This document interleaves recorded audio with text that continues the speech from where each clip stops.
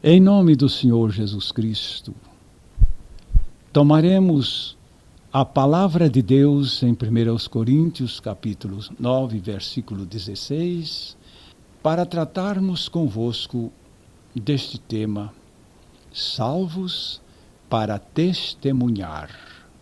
Porque se anuncio o Evangelho, diz o texto, não tenho de que me gloriar, pois me é imposta essa obrigação. E ai de mim, se não anunciar o Evangelho. Ai de mim, se não anunciar o Evangelho. Amado Jesus, o teu Espírito Santo, cujo ministério é revelar-nos a palavra, revelar-nos a tua bendita pessoa e revelar-nos em ti o Pai, que Ele execute esta obra em nossos corações, nesta hora para a tua glória. Em teu nome. Amém. A primeira verdade que temos a destacar neste estudo é: Deus é soberano. Não há uma autoridade sobre a de Deus. Há muita autoridade contra Ele, mas acima dele ninguém pode se elevar. Desta soberania de Deus é que muita gente se desvia, afirmando que, como Deus está acima de tudo, é o autor de toda a prática cristã, Ele mesmo se encarregue de evangelizar o mundo. Mas Deus propôs usar-nos para a execução dos seus planos na terra, especialmente o plano da pregação da mensagem salvadora. 1 Coríntios 1, 21. Visto como na sabedoria de Deus o mundo não conheceu a Deus pela sua sabedoria, aprove a Deus salvar os que creem pela loucura da pregação. O método da salvação de pecadores é o da pregação. Esta pregação racionalmente pensada parece loucura, mas aprove a Deus, em sua soberania, fazer assim. Ele nos regenerou para uma finalidade toda especial, que é a de pregarmos o seu Evangelho a toda a criatura. Portanto, não se admite um regenerado que não tenha paixão pela mensagem salvadora para os pecadores. Em primeiro plano, temos as ordens do Deus soberano aos renascidos. Se cremos na sua soberania, obedeçamos, portanto, às suas ordens. Soberano é aquele que determina e não pode ser desobedecido.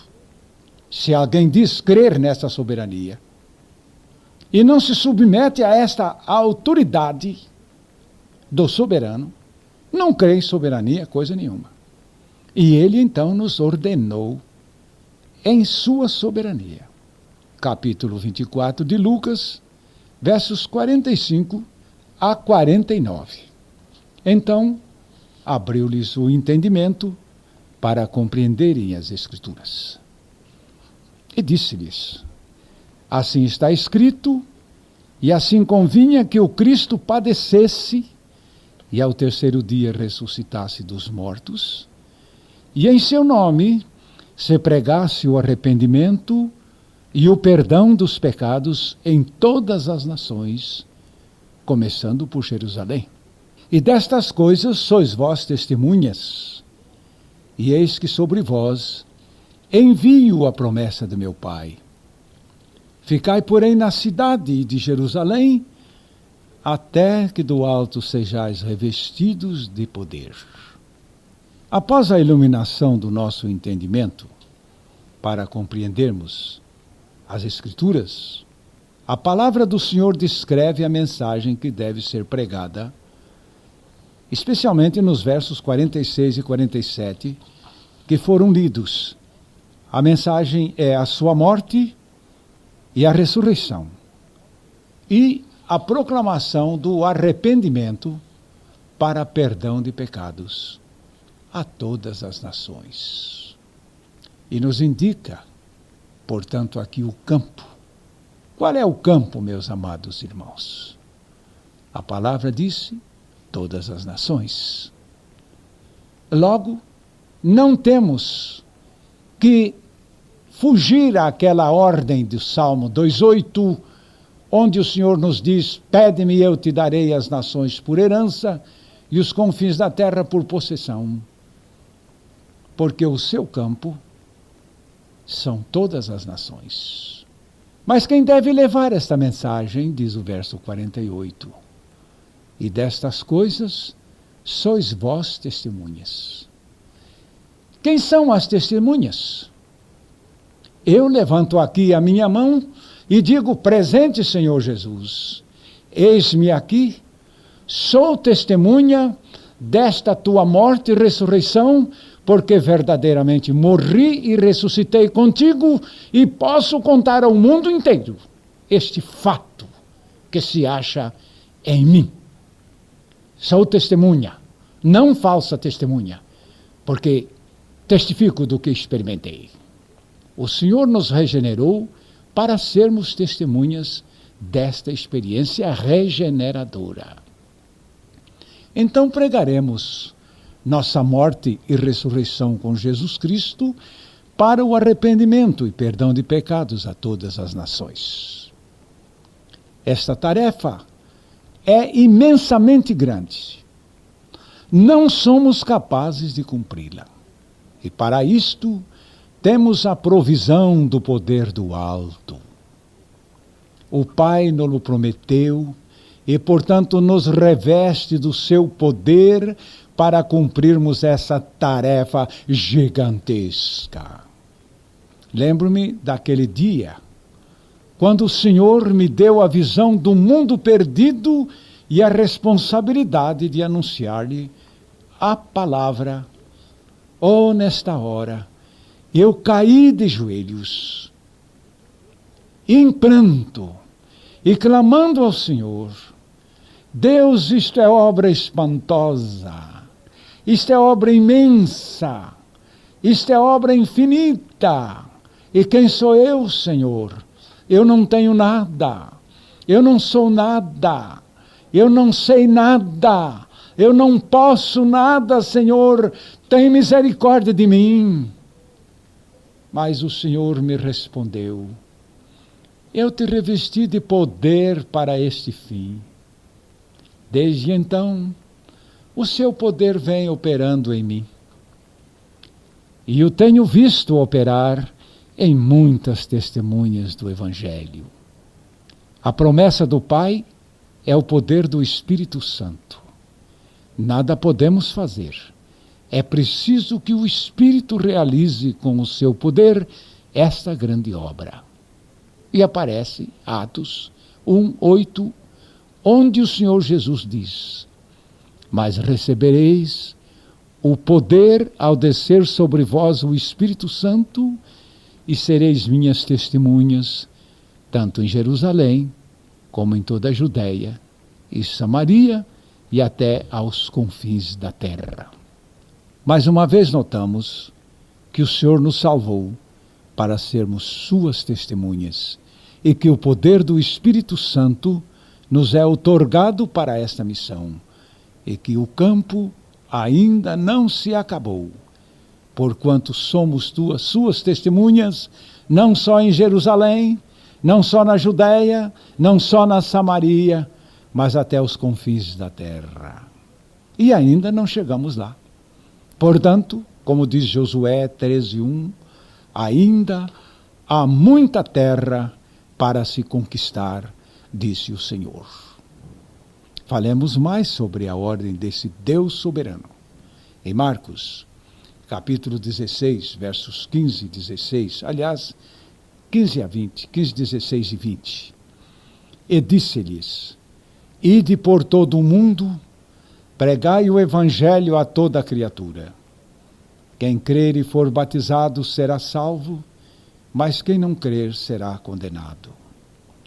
E eles, tendo partido, pregaram por todas as partes, cooperando com eles o Senhor e confirmando a palavra com os sinais que se seguiam.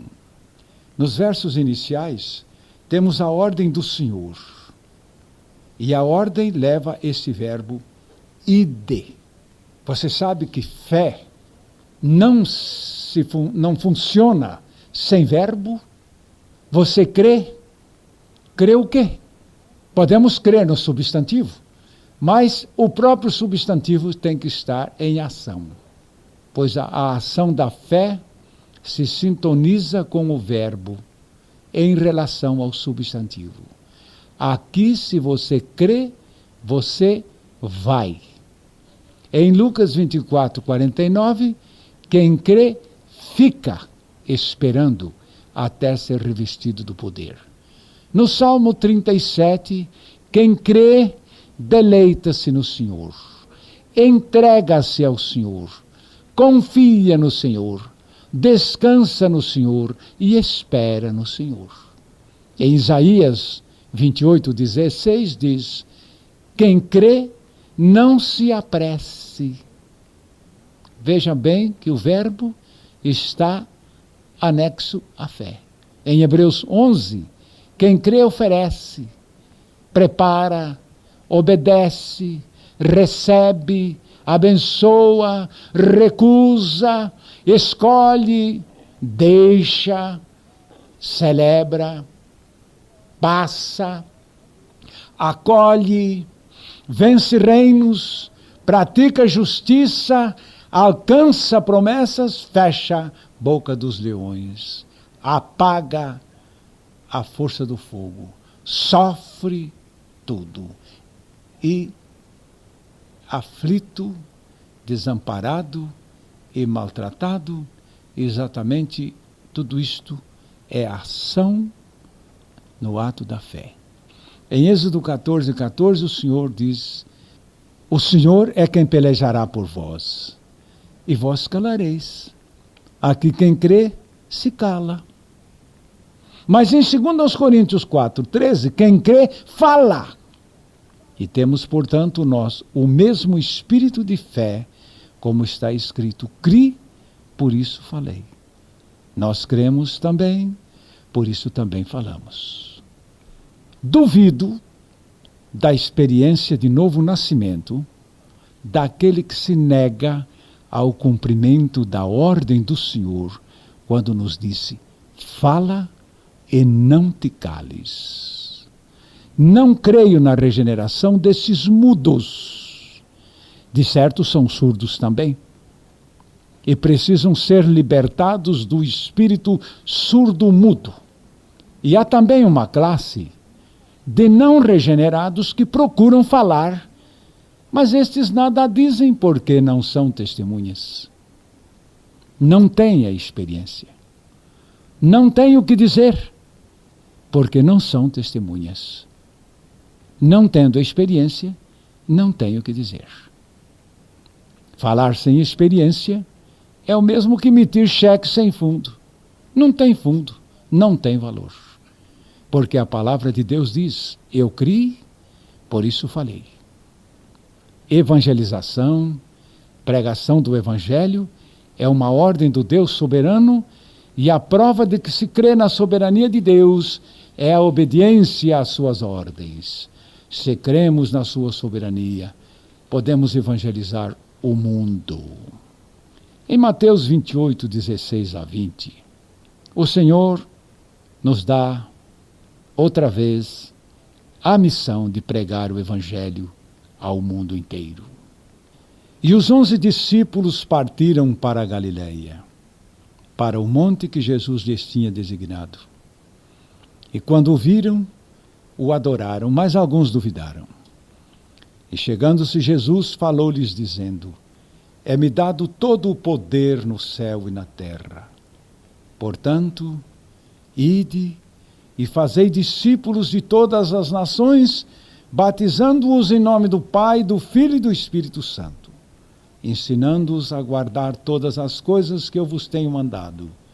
E eis que eu estou convosco todos os dias, até a consumação do século.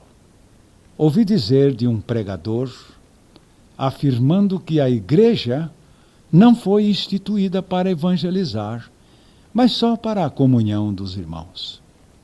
Mas isto não condiz com a palavra de Deus, porque a grande comissão do Senhor Jesus é de evangelizar.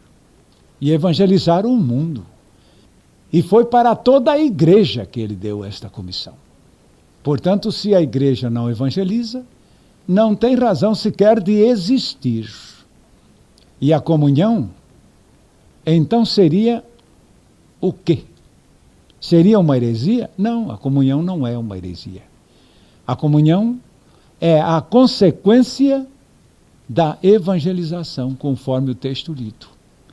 Cumprindo a ordem de evangelizar, o Senhor Jesus Cristo nos declara: eis que eu estou convosco todos os dias até a consumação dos séculos. Alguém dirá: Senhor Jesus, eu venho ter comunhão contigo. Ele nos dirá: de onde você vem? O que você estava fazendo? E se a sua resposta for: eu venho fazendo nada, eu venho da ociosidade, a resposta de Jesus terá que ser: não tenho comunhão com vadios, mas sim com os que obedecem à minha ordem. E a sua comunhão é, de fato, com os fiéis. E disse ele: ide por todo o mundo, pregai o evangelho, não é? E eis que eu estou convosco todos os dias, até a consumação dos séculos. Isso aqui não é com todo mundo, não. É com aqueles que saíram a campo. E o Senhor estará com eles.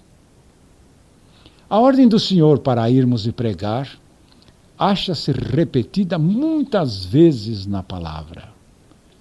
Os discutidores são envolvidos pela desobediência e acabam fazendo nada, pois a controvérsia sempre matou os obreiros, a obra e também as igrejas que a elas se entregaram. Portanto, são pobres, ignorantes, que pretendem vencer com a arma da discussão. E com isto, acontece algo tremendamente fatal, que é a perda da oportunidade de se colher os frutos do campo e dos campos que já estão prontos para a ceifa. Isto disse Jesus em João 4,35. Disse o Senhor: levantai os vossos olhos e vede as terras que já estão brancas para a ceifa. Conta-se que numa região de citricultura, os laranjais se apresentaram com uma produção imensa.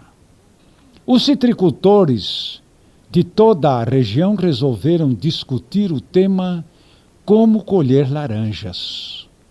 Na primeira assembleia, foi instituído um grupo de trabalho para estudar o projeto sobre o assunto. Nesta oportunidade, surgiram vários pontos de vista revolucionários, o que custou muito tempo para o grupo preparar o seu relatório. Apresentado o relatório, a Assembleia não se deu por satisfeita. Então foram nomeadas comissões específicas para tratarem dos itens divergentes. Vejam como o diabo fornece tanto pano para a manga da discussão. Enquanto as discussões doutrinárias prosseguiam, chegou alguém dos campos dos laranjais, comunicando à Assembleia com a seguinte informação: toda a produção dos laranjais amadureceu, apodreceu e caiu sem que fosse colhida a mínima quantidade. É isto que Satanás quer, que sempre nos envolvamos, arranjando meios para desobedecer. As almas preciosas perecem em massa, sem que a igreja se desperte para socorrê-la, com a pregação da morte, ressurreição e vida de Cristo Jesus em cada um deles. Quero dizer agora que é melhor ser vencido pela verdade do que vencermos pela ignorância. Quando a verdade nos vence, então é que temos vitória. Quando a verdade tem nos colocado na mais profunda humilhação, isto é vitória. Em 2 Coríntios 13:8 lemos: porque nada podemos contra a verdade, senão pela verdade. E não vamos desvirtuar a graça, negando terminantemente as obras, porque encontramos na palavra de Deus 3 tipos de obras. 2 devem ser destruídos e 1 deve ser preservado. As obras que nós mesmos realizamos são as chamadas nossas obras, as quais estão condenadas por Deus, são trapo de imundícia, não vale nada, não tem valor. E então diz, nem por obras de justiça que houvéssemos feito, nem por obras para que ninguém se glorie. Então estas nossas obras estão, de fato, destruídas, fora de cogitação, no ato da regeneração. E as outras obras são as que Deus preparou para que andássemos nelas. Diz o texto de Tito 2,14, o qual se deu a si mesmo por nós, para nos remir de toda a iniquidade e purificar para si um povo seu especial, zeloso de boas obras.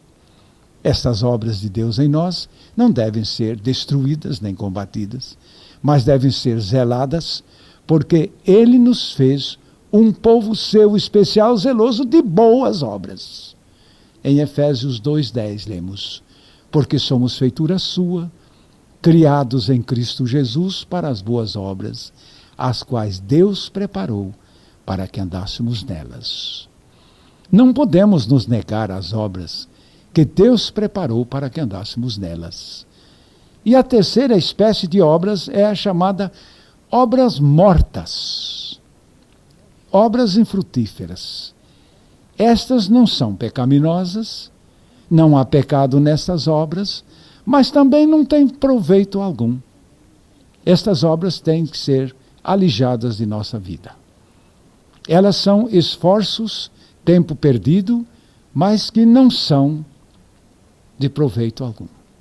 Elas não são malignas, mas não são proveitosas. Em Hebreus 9:14, lemos isto: quanto mais o sangue de Cristo, que pelo Espírito Eterno se ofereceu a si mesmo imaculado a Deus, purificará as vossas consciências das obras mortas para servirdes ao Deus vivo. Precisamos da purificação de nossa consciência das obras mortas, porque elas nos impedem de servir ao Deus vivo. Elas não são malignas, e por serem benignas é que são perigosas, porque elas não nos permitem servir ao Deus vivo. Colossenses 1:10 declara: para que possais andar dignamente diante do Senhor, agradando-lhe em tudo, frutificando em toda a boa obra e crescendo no conhecimento de Deus. Frutificando em toda a boa obra. É o que nós temos agora que considerar obras frutíferas. Temos aqui que elas são chamadas boas obras, portanto não são más, porém não dão fruto. E o Senhor então diz que Ele nos escolheu para dar frutos. Não me escolhestes vós a mim, mas eu vos escolhi a vós e vos nomeei para que vades e deis fruto e o vosso fruto permaneça. E diz aqui a palavra: mas prove cada um a sua obra e terá glória em si mesmo e não noutro. Recebi recentemente um telefonema de um amado irmão de muito distante daqui, dizendo: pastor, que é este prove cada um a sua própria obra? E a palavra de Deus nos mostra que estas nossas obras precisam ser verificadas. Portanto, meus amados irmãos, sede firmes e constantes, sempre abundantes na obra do Senhor, sabendo que o vosso trabalho não é vão no Senhor. Portanto, devemos provar as nossas próprias obras, verificando se o Senhor está nos usando, porque isto é para nós muito glorioso, e não precisaremos nos gloriar em obras alheias. Se você foi regenerado, certamente o foi para as boas obras. Não anulemos o sacrifício de Cristo, negando as boas obras, porque Ele se deu a si mesmo, para nos constituir um povo seu zeloso de boas obras. O valor destas obras consiste no seu fruto, portanto, fomos regenerados para dar frutos. É a obra que produz fruto, é a da evangelização de almas perdidas. Esta é a obra que o Senhor determinou. Provérbios 11:30. O fruto do justo é árvore de vida, e quem ganha almas, sábio é. Mas nós não somos capazes de ganhar almas. Mas Ele não nos incumbiu de ganhar almas, Ele nos incumbiu de evangelizar. Quem salva é Deus. Nós temos a tarefa de evangelizar. Há muita gente que não evangeliza por entender que evangelizar é salvar almas. Mas evangelizar é levar uma pessoa a Jesus. Em João 1, 41 e 42 diz, este achou primeiro a seu irmão Simão, é André, e disse-lhe, achamos o Messias, que traduzido é o Cristo, e levou-o a Jesus. E olhando para ele disse, tu és Simão, filho de Jonas, tu serás chamado Cefas. André levou Simão a Jesus. A nossa tarefa é levarmos as criaturas a Jesus.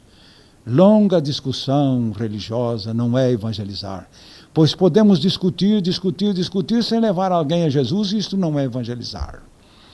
Porque uma alma somente se salvará quando tiver o seu encontro com Jesus. Quando vamos a Jesus, começamos a orar. E no ato da oração é que ocorre a salvação de uma alma. Estamos vendo uma imensa multidão de almas que testificam da sua salvação no momento em que clamaram ao Senhor. É uma lei bíblica. Em Romanos 10:13 diz, porque todo aquele que invocar o nome do Senhor será salvo. Ora, esta invocação é orando. E a palavra nos declara que existe, então, esta salvação no ato da oração. E será possível que levemos uma pessoa a provar sua natureza perversa, que Jesus Cristo é a solução, pela inclusão na morte e ressurreição com Ele, e mostrarmos depois que é possível esta vida de Cristo no seu interior e a felicidade perene, e ainda não vamos levar esta pessoa a encontrar-se com Jesus, a fim de receber a sua graça, a sua misericórdia? Se você é uma nova criatura realmente, lembre-se do seu ponto decisivo, que foi num ato de oração humilde e sincera que você atingiu a sua experiência. Veja o publicano clamando do fundo da sua alma, ó Deus, tem misericórdia de mim, pecador. E Jesus declara que esta súplica foi atendida. Continuemos com este estudo no outro lado da fita. E agora você pense nesta declaração. Levar uma pessoa a Cristo é o maior empreendimento do mundo e da eternidade. Estou desafiando com esta declaração a todos os que a queiram contestar. Levar uma pessoa a Jesus é o maior empreendimento do mundo e da eternidade. Uma alma vale mais do que o mundo inteiro. Jesus declarou em Marcos 8, 36 e 37. Pois que aproveitaria o homem ganhar todo o mundo e perder a sua alma? Ou que daria o homem pelo resgate da sua alma? O Senhor Jesus avalia uma alma acima de todos os valores do mundo. Quanto vale a sua alma? Minha irmã, responde. Ah, vale mais do que tudo. Pois bem, vale mais do que o mundo, disse Jesus. E onde poderemos encontrar um valor acima do valor de uma alma? Não existe? Mas existe sim. Você sabe qual é o valor acima do valor de uma alma? É o valor de 2 almas. E mais do que isto, de 3 almas. E mais do que isto, de todas as almas do mundo. É por isso que vale a pena encher o reino de Deus de almas salvas em Cristo, pela verdade da regeneração. Agora diz o texto que fomos salvos para servir, e não para vivermos na ociosidade. Em 2 Coríntios 5, 14 e 15 diz o texto: porque o amor de Cristo nos constrange, julgando nós assim, que se um morreu por todos, logo todos morreram. E ele morreu por todos, para que os que vivem não vivam mais para si, mas para aqueles que por eles morreu e ressuscitou.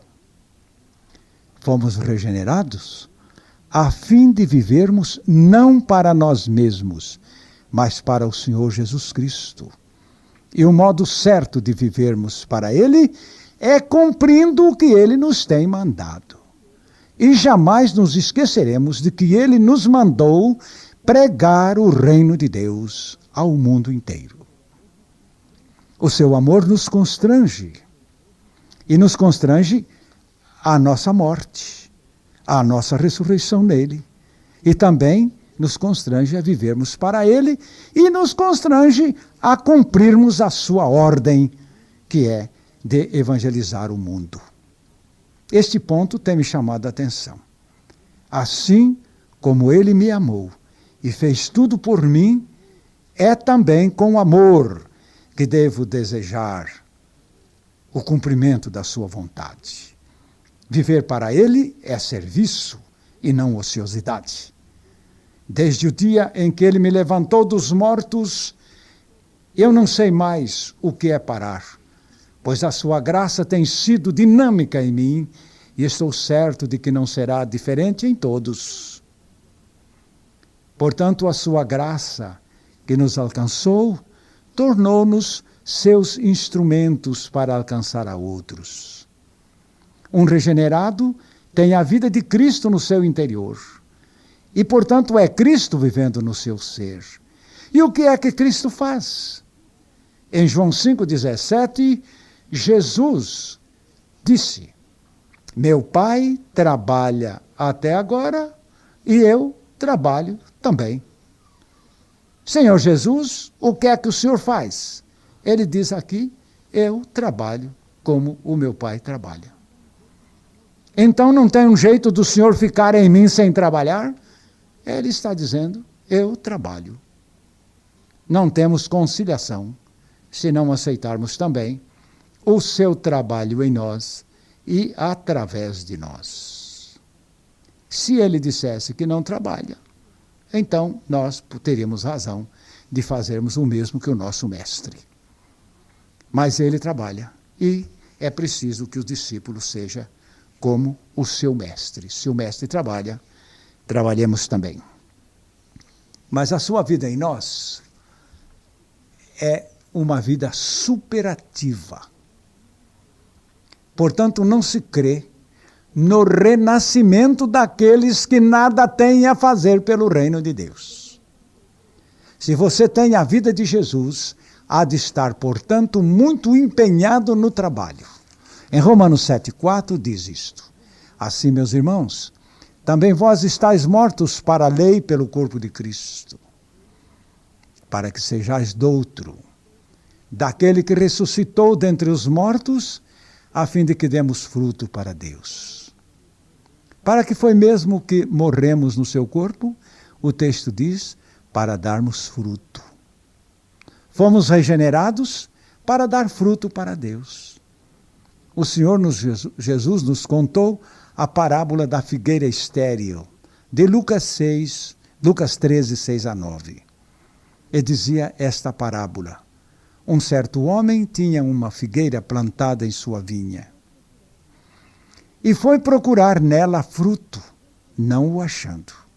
Disse ao vinhateiro: eis que há 3 anos venho procurar fruto nesta figueira, e não o acho. Corta-a, porque ocupa ela ainda a terra inutilmente? E respondeu-lhe o vinhateiro: Senhor, deixa mais este ano, até que eu a escave e a esterque. E se der fruto, ficará. E se não, depois a mandarás cortar.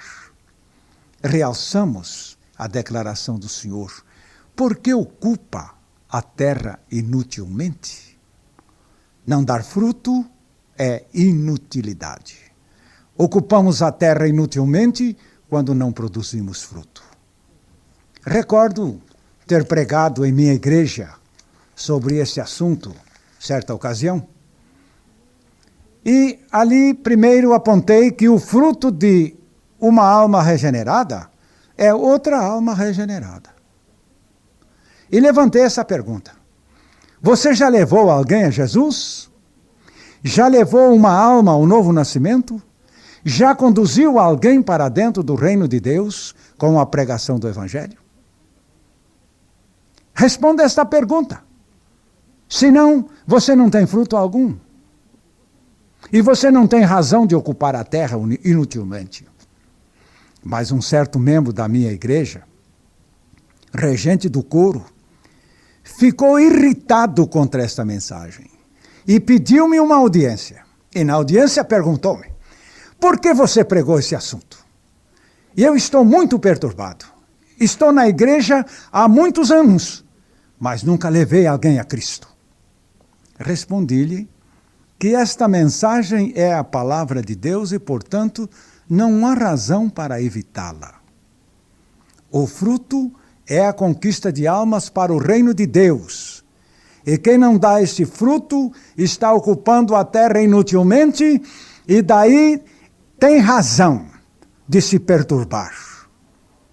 Mas os perturbados que se mudem, pois a palavra de Deus continua afirmando que o fruto é a alma ganha para o reino de Deus, mediante a doutrina simples do Evangelho, na morte e ressurreição em Cristo, para a regeneração do pecador. Mas isto é evidência de falta de regeneração, quando alguém não dá fruto. Porque Deus jamais plantou uma árvore para ser estéril. Em João 15,16, disse Jesus: não me escolhestes vós a mim, mas eu vos escolhi a vós e vos nomeei para que vades e deis fruto, e o vosso fruto permaneça, a fim de que tudo quanto em meu nome pedirdes ao Pai, Ele vos conceda.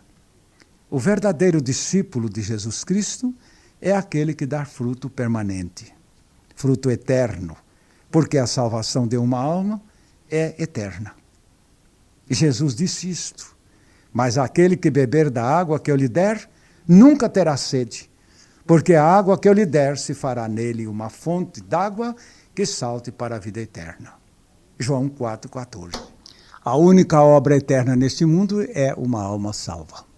Lembremos-nos daquele ex-endemoniado de Gadara. Depois da sua libertação, o povo daquela província pediu a Jesus que se retirasse dos seus termos. E Jesus atendeu, porque Jesus tanto atende a sua aceitação como também a sua rejeição. Em Marcos 15, de 18 a 20, e entrando ele no barco, rogava-lhe o que for endemoniado que o deixasse estar com ele. Jesus, porém, não lhe o permitiu, mas disse-lhe: vai para a tua casa, para os teus, e anuncia-lhes quão grandes coisas o Senhor fez e como teve misericórdia de ti. E ele foi e começou a anunciar em Decápolis, isto é, em 10 cidades, o que Jesus lhe fizera. E todos se maravilharam. Uma pessoa liberta está preparada para uma vida de comunhão com Deus, obediência e serviço. Este homem desejava estar com Jesus, mas recebeu ordem do próprio Jesus para levar o testemunho aos seus amigos. E ele foi e pregou. Agora, Cristo não o enviou de volta para casa a fim de usufruir de uma graça vadia, mas ordenou-lhe que levasse o testemunho de sua experiência. Assim é que temos uma tarefa imensa de pregar o Evangelho que nos salvou a toda a criatura. Qualquer pessoa que se acha liberta realmente propaga a sua experiência. E esses que não querem propagar sua experiência, duvidem de sua libertação, porque se algo ainda lhes prende, é por falta da experiência real com a morte e libertação em Cristo. Disse o Senhor Jesus em João 12, 24. Na verdade vos digo que se o grão de trigo caindo na terra não morrer, fica ele só. Mas se morrer, dá muito fruto. Duas coisas impossíveis temos aqui. Se alguém não morrer em Cristo, é impossível que dê fruto. E se alguém morrer em Cristo, é impossível ficar sem fruto. E agora temos esta verdade. Se alguém se acha liberto, obedece. Quem crê na soberania de Deus, mostra a sua fé pela obediência a essa soberania. Ele nos mandou pregar, e como Paulo, somos devedores desta mensagem ao mundo perdido. E ai de mim, se não pregar o Evangelho. Tiro estas aspas para declarar como minha esta frase. Ai de mim, se não pregar o Evangelho. Ai, porque há uma ordem soberana do grande Deus que nos amou, nos salvou pela regeneração e nos mandou pregar. Ai de mim se não cumprir essa ordem. E ai de mim por ter de contemplar multidões caídas na perdição, porque lhes não preguei o evangelho da salvação. Somos também devedores desta mensagem ao mundo perdido, sem dúvida. Em Romanos 1, 14 e 15, eu sou devedor, tanto a gregos como a bárbaros, tanto a sábios como a ignorantes. E assim, quanto está em mim, estou pronto para também vos anunciar o evangelho. Não é honesto ficar devendo e não pagar. Li certa vez um romance do qual relato um detalhe. Sua Majestade o Imperador enviou ao seu general, comandante e chefe das tropas que se achava no campo de batalha. Enviou-lhe um ofício por mãos de um soldadinho. Quando este chegou perante o comandante, entregou-lhe o ofício. O general leu a ordem e quis protestar. Porém, o soldadinho levantou-se e saltou para o seu cavalo e gritou: General, há uma ordem de Sua Majestade, não se discute. E virou o animal rápido e sumiu pela estrada fora. Haverá majestade maior do que a do Senhor Jesus Cristo? Ele nos ordenou que pregássemos o Evangelho a toda criatura. Ousaria alguém discutir a sua ordem? Qual o caminho a seguir? A doutrina que verificamos aqui implica na obediência. Se você pregar o Evangelho, estará validando o sacrifício de Cristo, porque Ele morreu por todos. Portanto, todos têm o direito de serem alcançados por esta mensagem. Hebreus 2:9. Vemos, porém, coroado de glória e de honra aquele Jesus que fora feito um pouco menor do que os anjos, por causa da paixão da morte, para que, pela graça de Deus, provasse a morte por todos. Se valorizamos a humilhação de Cristo, a graça de Deus e a sua morte por todos, levemos a todos essa palavra que Ele nos mandou pregar. Temos uma ordem na palavra de Deus, a qual consideramos muito deleitável. Colossenses 1:10. Para que possais andar dignamente diante do Senhor, agradando-lhe em tudo. Agradar a Deus em tudo é o mais precioso prazer de uma alma renascida. Você já pensou na importância de agradar a Jesus? Em Isaías 53:11 diz: o trabalho de sua alma ele verá e ficará satisfeito. Mas quando ficará satisfeito? Quando ver o trabalho da sua alma. Ouvi, certa ocasião, o missionário Jim Steyer abordar este pensamento. O nosso trabalho de evangelizar as almas agrada ao Senhor. Eu sei que estarei no céu, na presença de Jesus, e espero contemplar a sua face. Porém, espero contemplá-lo satisfeito por ter valorizado o trabalho da sua alma, pregando o evangelho do seu penoso sacrifício e da sua ressurreição. Porém, se contemplar a face do Senhor e vê-lo triste comigo por não ter dado importância ao trabalho de sua alma e não ter levado esta mensagem aos perdidos e ver que ele não se acha satisfeito, o céu, então, já não será mais céu para mim. Como vale a pena sermos consumidos totalmente naquilo que agrada àquele que fez tudo por nós. Isto significa também que o amamos, porque a obediência com amor é a mais perfeita expressão da sinceridade. Imagine você estando no céu a olhar para o rosto de Jesus e ele te olhar com tristeza, porque você não correspondeu ao trabalho da sua alma. O trabalho penoso da alma de Jesus, quando se deu na cruz do Calvário, é todo aquele valor que ali está e que precisa ser por nós sobreestimado.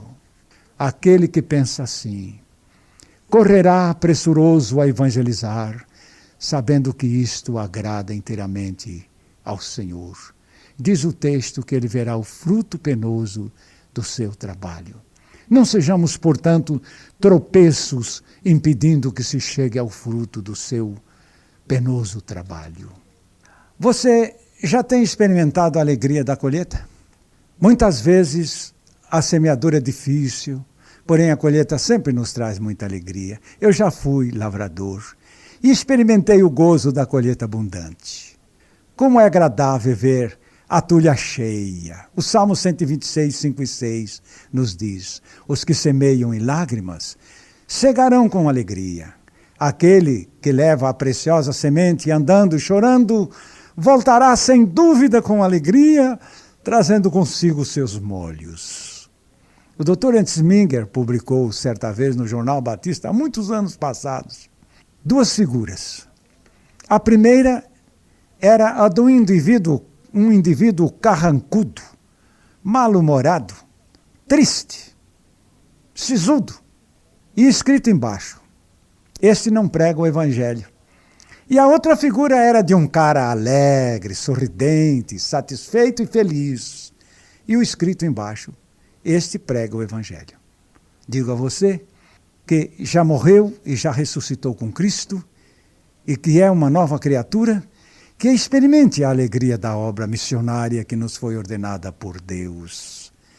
Que maravilha é somar a alegria de Jesus à nossa alegria, quando ele tiver de declarar finalmente: o trabalho da minha alma foi realmente penoso, mas os meus pregadores levaram a palavra do evangelho até os confins da terra. E a colheita foi grande, eu estou satisfeito. Qual não será também a nossa alegria em termos cooperado com ele, a sermos participantes dos seus resultados? Por isso, os pregadores não se calem, mas levem esta mensagem a todas as nações, e as almas serão colhidas para o reino de Deus. E ele poderá ver o fruto do trabalho penoso da sua alma e ficar satisfeito. Vamos, meus amados irmãos, levar este evangelho às almas perdidas. Vamos cumprir a ordem de Jesus que nos deu esta comissão. Ide por todo o mundo, pregai o evangelho a toda criatura. Não vamos aceitar a pregação do diabo, que sempre contradiz a palavra de Deus, pois os seus seguidores arranjam toda sorte de artimanhas para impedir que os seguidores e mensageiros da regeneração pelo evangelho levem avante esta obra. Ainda existem, nos Estados Unidos, igrejas contrárias à prática da missão de pregar o evangelho. Eles se apoiam falsamente na soberania e a eleição de Deus, alegando que Deus pode salvar almas sem a evangelização. Essas igrejas não crescem, geralmente começam com o fruto do evangelismo e finalmente se acabam asfixiadas por não evangelizar.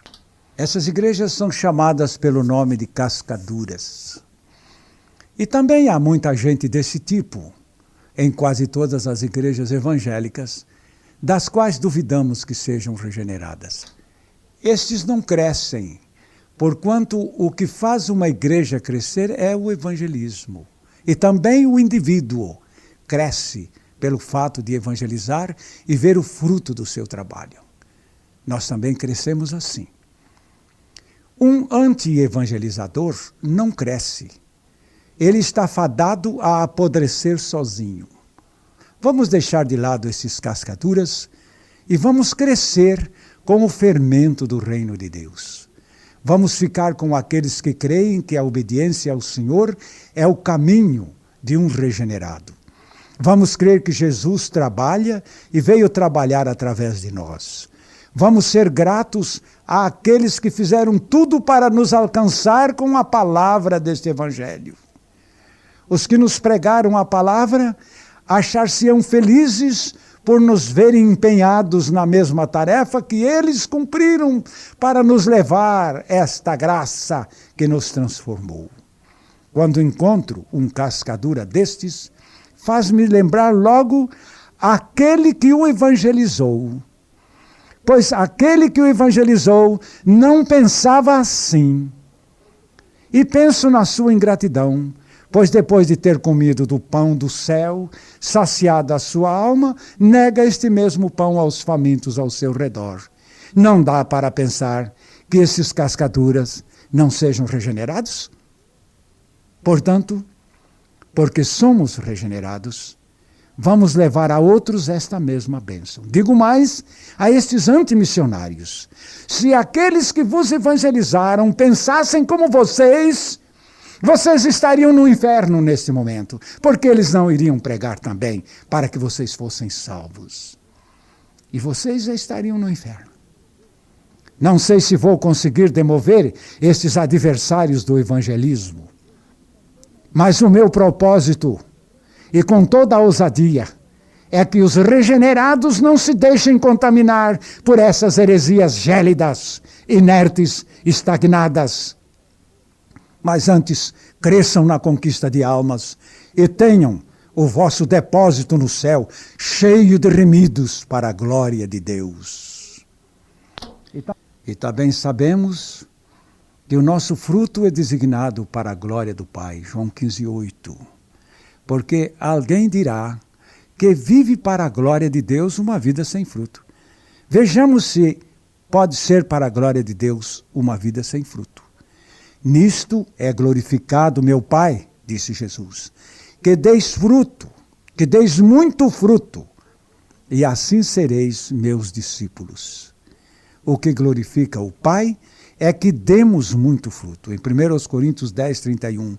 Portanto, quer comais, quer bebais, ou façais outra qualquer coisa, fazei tudo para a glória de Deus. Fruto que glorifica a Deus é aquela alma alcançada pelo evangelismo e transformada pelo poder de Deus, arrancada dos poderes das trevas e colocada dentro do Filho amado de Deus, dentro do seu reino. E, portanto, aí está o fruto que glorifica a Deus. não podemos deixar de falar do que temos experimentado, como declararam os apóstolos em Atos 4:20. Porque não podemos deixar de falar do que temos visto e ouvido. Muitos se levantarão contra esta obra, mas o poder do Espírito Santo está conosco. Recebereis o poder ao descer sobre vós o Espírito Santo, disse Jesus, e ser-me-eis testemunhas, tanto em Jerusalém como na Judeia, Samaria e até os confins da terra. E levaremos esta mensagem, porque é a ordem do Senhor. Levaremos esta mensagem, porque nela somos poderosamente edificados. Levaremos esta mensagem, porque nisto o reino de Deus se encherá de frutos sazonados para a glória eterna do Pai.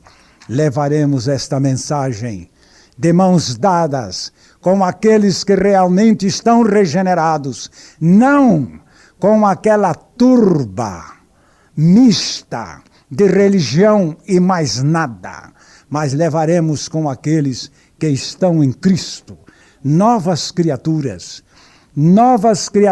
renascidas, com a vida de Cristo trabalhando no seu interior, com a graça plena fazendo esta obra em seus corações. É com estes que nós iremos. E vamos, meus amados, porque eu irei, ainda que ninguém fosse, porque é a ordem do Senhor, porque glorifica o Senhor, porque isto me faz feliz. Isto também engrandece o reino de Deus na terra e na eternidade. Ó Jesus maravilhoso, que no poder do teu Espírito, o teu povo, o teu verdadeiro povo, não cesse com esta mensagem. Não dê ouvido a mais nada, Senhor, mas fique firme nesta tarefa de levar almas para o teu reino, pregando este evangelho maravilhoso e o Senhor fazendo esta obra da verdade da palavra que realmente regenera. Glória a Jesus pela mensagem da sua palavra que já chegou até nós. E por esta glória de Jesus, levaremos esta mensagem a outros. Oh Jesus maravilhoso, nós te amamos, nós cumpriremos a tua ordem, nós levaremos sob o poder do teu Espírito esta mensagem até o fim. Amém, Senhor. Quando disseste, ide por todo o mundo, pregai o evangelho a toda a criatura. Iremos, Senhor, pela tua graça e pelo teu poder. A mensagem que você acabou de assistir faz parte do Ministério de Comunicação Palavra da Cruz. Temos um grande acervo de estudos bíblicos em áudio e vídeo. Distribuímos também gratuitamente o jornal mensal Palavra da Cruz. Entre em contato conosco pelo fone 0 operadora 43 3372 8900 ou pelo e-mail livraria@piblondrina.com.br. Visite-nos pelo site www.livrariapiblondrina.com.br ou acesse www.piblondrina.com.br. Graça e paz.